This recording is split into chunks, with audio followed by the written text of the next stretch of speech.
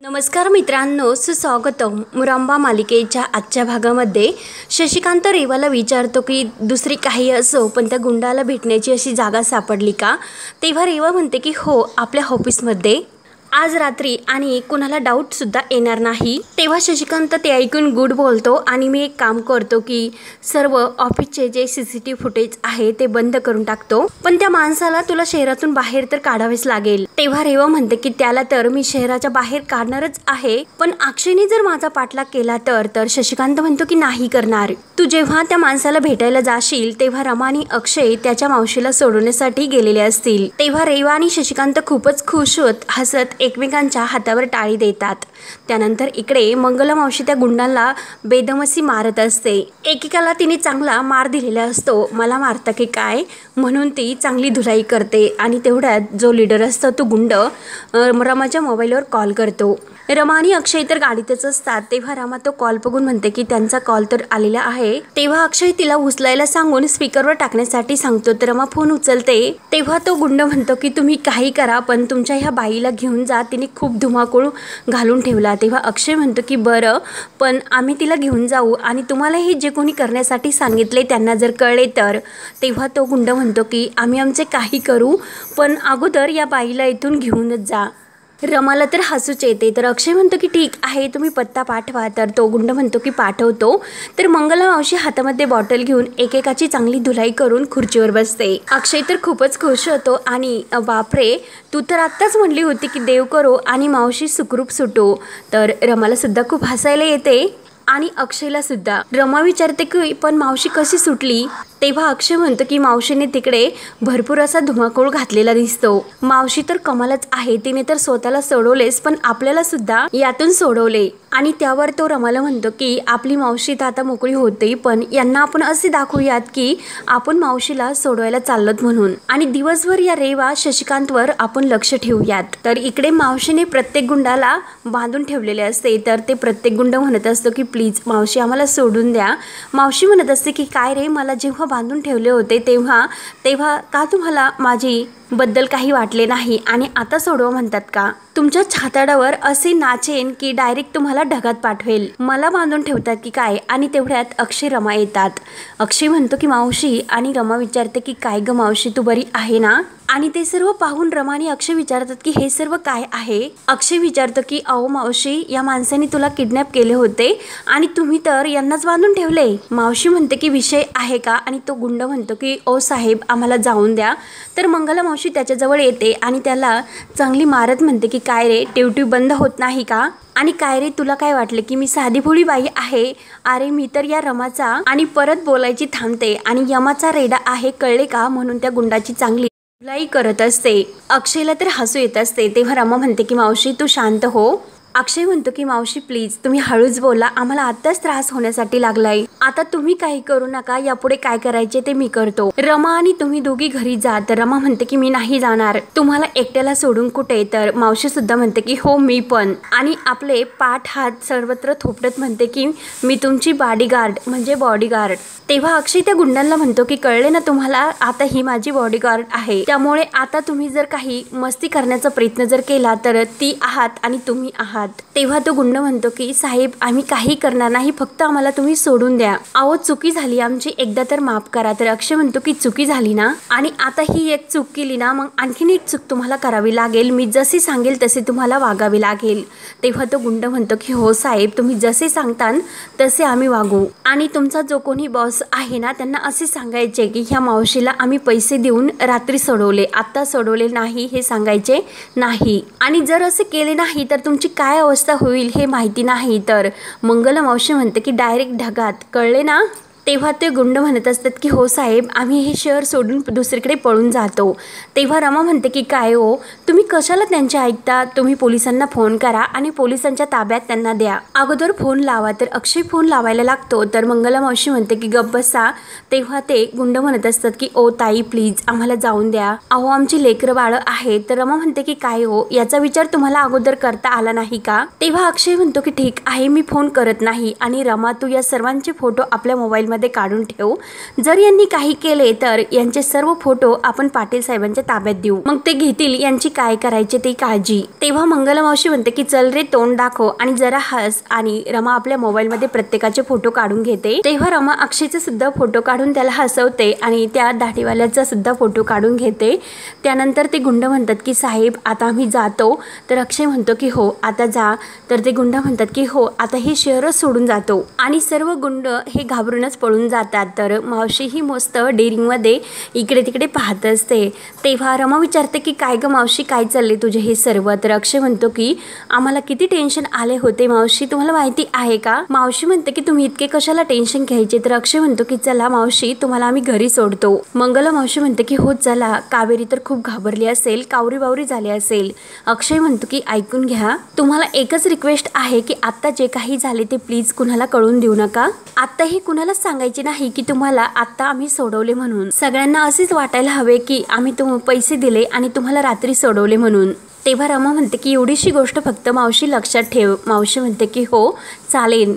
आणि अगोदर तुम्ही हे सर्व कावेरीला सांगा, नाहीतर ती तुमच्या घरी फोन करेल आणि सर्वांना सांगेल आणि होईल बट्टाबोळ. तेव्हा अक्षय म्हणतो की चला आता निघूयात, नाहीतर ते पुन्हा येतील. आणि मंगला मावशी रमा अक्षय तिथून बाहेर येतात. त्यानंतर इकडे शशिकांत अक्षयला आवाज देत असतो. तर सीमा बाहेर येते आणि काय हो कशाला आवाज देता. तर शशिकांत विचारतो की काय अक्षय घरात नाही का, कुठे बाहेर गेला का. सीमा म्हणते की हो तो बाहेर गेला, येईनच आता एवढ्यात. तेव्हा शशिकांत विचारतो की सीमा खरे सांग की तो बाहेर कशासाठी गेला. तेवढ्यात अक्षय आणि रमा बाहेर येतात. तेव्हा अक्षय लगेच शशिकांतला म्हणतो की कशाला उगाच तुम्ही आईवर ओरडतात. तेव्हा शशिकांत नाटक करत म्हणतो की अरे बछड्या काय रे कुठे होतास, तू घरात नव्हता, मला खरंच तुझी खूप काळजी वाटत होती. तेव्हा अक्षय रमा आणि सीमाकडे बघत म्हणतो की अरे बापरे, म्हणजे यांना माझी काळजी वाटत होती. खरंच मनापासून म्हणतात की नेहमीसारखे नाटक करतात. आणि काही नाही हिच्या मावशीला सोडवायचे म्हणून बँकेमध्ये पैसे काढायला गेलो होतो. तेव्हा शशिकांत म्हणतो की अरे बँकेत तर तू मगाशीच गेला होता, मग त्यानंतर. तेव्हा अक्षय म्हणतो त्यानंतर मी पोलीस स्टेशनला गेलो. पोलिसांचे नाव ऐकून तर शशिकांतच्या चेहऱ्याचा रंग उडतो. तर अक्षय विचारतो की काय हो तुमच्या चेहऱ्याचा रंग असा का उडाला पोलिसांचे नाव ऐकून. तेव्हा हसण्याचे नाटक करून शशिकांत म्हणतो की अरे माझ्या चेहऱ्याचा रंग का उडेल, मला रमाच्या मावशीची काळजी वाटते म्हणून म्हटलो. तुला हवे असेल तर मी सुद्धा येतो तुझ्याबरोबर रमाच्या मावशीला सोडवण्यासाठी. अक्षय म्हणतो की अरे बापरे, खरंच खूप छान होईल तुम्ही जर समोरून आलात तर, आणि मदत करण्यासाठी परत असे म्हणतो. तेव्हा शशिकांत मुद्दा म्हणतो की फ्री असेल तर नक्की येईल मी. तेव्हा अक्षय रमाला म्हणतो की यांचे हे असे आहे, यांच्याच्याने काही होणार नाही, सोड, जे काही करायचे ते आपल्यालाच करायचे. तेव्हा रमा आणि अक्षय आतमध्ये निघून जातात. तेव्हा शशिकांत मनात म्हणतो जे करायचे ते करून दाखवीन, म्हणजे नक्की काहीतरी गडबड वाटते. तेव्हा संध्याकाळ होते तर रमा आणि अक्षय बाहेर येतात. ती बॅग आपल्या हातात असते आणि शशिकांत समोर मुद्दाम ते नाटक करत बोलतात. रमा म्हणते की आऊ मला खरंच भीती वाटते, त्या गुंडांनी आपल्या मावशीला जर काही केले तर. तेव्हा अक्षय म्हणतो की ते काही करणार नाही, त्यांना फक्त पैशाची घेणे देणे आहे आणि आपण फक्त मावशीला सुखरूप सोडूयात. तेव्हा रमा म्हणते की नाही तरी सुद्धा मला भीती वाटते हो, आणि अर्थाची काळजी घेण्यासाठी. तर अक्षय म्हणतो की आई आहे ना अर्थाची काळजी घेण्यासाठी, तू टेन्शन घेऊ नको. आणि तेवढ्यात सीमा बाहेर येते. तुम्ही व्यवस्थित जा आणि सर्व काम व्यवस्थित करा आणि काय होईल ते मला कळवत राहा असे सीमा म्हणते. तर रमा म्हणते की तुम्ही अर्थाची काळजी घेताना. तर सीमा म्हणते की हो तुम्ही निश्चिंत राहा, काळजी करू नका. तेव्हा अक्षय म्हणतो की आई तू काळजी करू नको. तर रमा आणि अक्षय निघून जातात आणि मुद्दाम शशिकांतला असे भासवतात की ते मंगला मावशीला सोडवण्यासाठी गेलेले आहे. त्यानंतर इकडे रमा आणि अक्षय गाडीमध्ये असताना रमा विचारते की काय हो शशिकांत मुकदमला संशय तर आला नसेल ना, मगाशी तर ते कसे म्हटले की मी सुद्धा तुमच्या बरोबर येतो म्हणून. तेव्हा अक्षय म्हणतो की नाही नसन आला, मगाशी परत मी म्हटलो ना की चला तुम्ही आमच्या बरोबर सुद्धा, मग कसे त्यांनी नाही म्हटले. हे सर्व त्यांची नाटकं आहेत. मला तर वेगळा संशय येतो, कारण यामध्ये सुद्धा रेवा आणि शशिकांत यांचाच काहीतरी हात असेल आणि नक्की ते एकमेकांना मिळालेले असणार. आणि तेवढ्यात रेवा ही पैसे काही बॅग घेऊन बाहेर येते. तर रमाचे लक्ष जाते. रमा लगेच अक्षयला म्हणते की रेवा कुठेतरी निघाली. तेव्हा गाडीतून रमा आणि अक्षय खाली वागतात आणि रेवा लगेच आपल्या गाडीमध्ये बसून मुकादम फूड्स कंपनीमध्ये येते. रात्र तर खूपच झालेली असते. रमा आणि अक्षय तिचा पाठलाग करत मागेच येतात. तेव्हा रमा विचारते की आहो ही रेवा येथे ऑफिस जवळ काय करते। तेव्हा अक्षिताला तर खूप चिड येते आणि आपल्या ऑफिसमध्ये या मुलीचे काहीतरी कांड सुरू आहे, मी हिला नाही सोडणार। रमा म्हणते की प्लीज तुम्ही शांत व्हा, नाहीतर रागाच्या भरात पुन्हा काहीतरी असे घडेल। तेव्हा अक्षय म्हणतो की नाही, हिला तर मी आज सोडणार नाहीच। आणि तेवढ्यात रमाच्या मोबाईलवर सीमाचा कॉल येतो। तेव्हा अक्षय विचारतो की कुणाचा कॉल आहे, तर लगेच रमा म्हणते की अहो आईंचा, त्यांना तर काळजी वाटत असेल। तेव्हा अक्षय म्हणतो की तू फोन उचल आणि आपलं जे ठरलेले आहे तू त्याबद्दल सर्व काही आईंना सांगून टाक, तोपर्यंत मी रेवाच्या मागे जातो। आणि तेवढ्यात तो गुंड येतो तर रमाचे लक्ष जाते। तेव्हा रमा म्हणते की तो माणूस कोण आहे आणि तो कंपनीमध्येच घुसतोय। तेव्हा अक्षय लगेच रमाला म्हणतो की खाली वाग आणि त्याला दिसून देऊ नको, म्हणून दोघे खाली वागतात। आणि तो आतमध्ये निघून गेल्यानंतर रमा विचारते की तो माणूस कोण आहे। तेव्हा अक्षय म्हणतो की हा सुद्धा रेवाचाच माणूस आहे। तेव्हा रमा म्हणते की एक मिनिट, मला अगोदर सर्व काही नीट व्यवस्थित सांगा, आता ही लपवाछपी बाद झाली। तेव्हा अक्षय म्हणतो की हे बघ, मी तुला आता इतकेच सांगतो की रेवा नावाची कीड आपल्या आयुष्यातून उद्या कायमची निघून गेलेली असेल आणि आज सत्याचा विजय होईल। तेव्हा रमा म्हणते की हे पहा। तेव्हा अक्षय म्हणतो की मला काही होणार नाही, तुझे प्रेम आहे ना माझ्याबरोबर, त्यामुळे मला काही होणार नाही। तेव्हा अक्षय जायला निघतो तर रमा पुन्हा त्याचा हात धरते, मी तुम्हाला आत्ता नाही जाऊन देऊ देणार, कारण जे काही आहे ते मला अगोदर सांगा, नाहीतर मी तुम्हाला नाही जाऊन देणार। तेव्हा अक्षय रमाचा हात हातामध्ये घेतो आणि रेवाने खूप मोठा गुन्हा केला आहे असं सांगतो। तर रमा विचारते की कसला गुन्हा, आणि अक्षय सांगतो की आरती बहिणीचा जो ऍक्सिडेंट झाला तो ऍक्सिडेंट झाला नाही, तर तो घडून आणला होता। रमाला तर धक्काच बसतो। रमा म्हणते की काय, तर अक्षय म्हणतो की हा, आणि आरती वहिनीसाठी जो हा ऍक्सिडेंट होता तो तिच्यासाठी नव्हता तर तुझ्यासाठी होता। तर रमा म्हणते की काय, रेवा हे सर्व करू शकते। अक्षयच्या डोळ्यातच पाणी आलेले असते आणि रमा म्हणते की रेवाला तर शिक्षा व्हायलाच हवी, तुम्हाला जे काही करायचे असेल ते करा, मी आहे तुमच्या बरोबर। त्यानंतर इकडे आर्थाला तर खूप ताप आलेला असतो आणि जान्हवी तिचा ताप चेक करत असते। तेवढे सीमा आतमध्ये येते तर जान्हवी म्हणते की आई, आर्थाचा तर ताप बराच होत नाही, कमी सुद्धा नाही होत, मग आपण एकदा रमाला फोन करायला हवा। तेव्हा सीमा म्हणते की नको ग, मी आर्थाला औषध देऊन फक्त चल। तेव्हा जान्हवी म्हणते की मी तिला औषध दिले होते पण तिने उलटून सर्व काही बाहेर काढले, मग मला नाही वाटत की आता रमा आल्याशिवाय ती औषध घेईल, म्हणून तुम्ही प्लीज एकदा रमाला फोन करून पहा। तेव्हा सीमा लगेच ठीक आहे म्हणून रमाला फोन लावते। तेव्हा रमा अक्षयला म्हणते की आईंचा फोन आहे, तर अक्षय म्हणतो की उचल। तेव्हा रमा फोन उचलते तर सीमा म्हणते की अगं रमा ऐक ना, तिकडे सगळे व्यवस्थित आहे, मंगलाला सोडवले का। रमा म्हणते की हो सोडवले, व्यवस्थित आहे ती, अक्षय तिला खुणावून सांगत असतो। तेव्हा सीमा विचारते की मग आता कुठे आहात तुम्ही। अक्षय हळूच रमाला सांगतो की बाहेर वेगळ्या कामात आहोत असे सांग। तेव्हा रमा सांगते वेगळ्या कामासाठी बाहेर आलेलो आहोत। आणि काय झाले आई, आर्था खूप रडते का हो। तर सीमा म्हणते की हो तसेच झाले, तिला ताप आहे आणि ती सतत रडते, थांबतच नाही अजिबात, मला कळतच नाही की मी काय करू ते, तू एक काम करू शकशील का, तू एकटी परत येथे घरी येऊ शकशील का। तेव्हा रमा रडतच म्हणते की ठीक आहे, मी आले 15 मिनिटात। आणि सीमा फोन ठेवते तर जान्हवी विचारते की काय, तर सीमा म्हणते की हो ती 15 मिनिटातच येते आणि दोघी आर्थाजवळ येतात। त्यावर इकडे अक्षय रमाला सांगतो की तू घरी जा, येथील मी हँडल करतो, माझी काळजी करू नकोस। रमाला तर खूप भीती वाटत असते आणि अक्षयची तिला काळजी वाटत असते।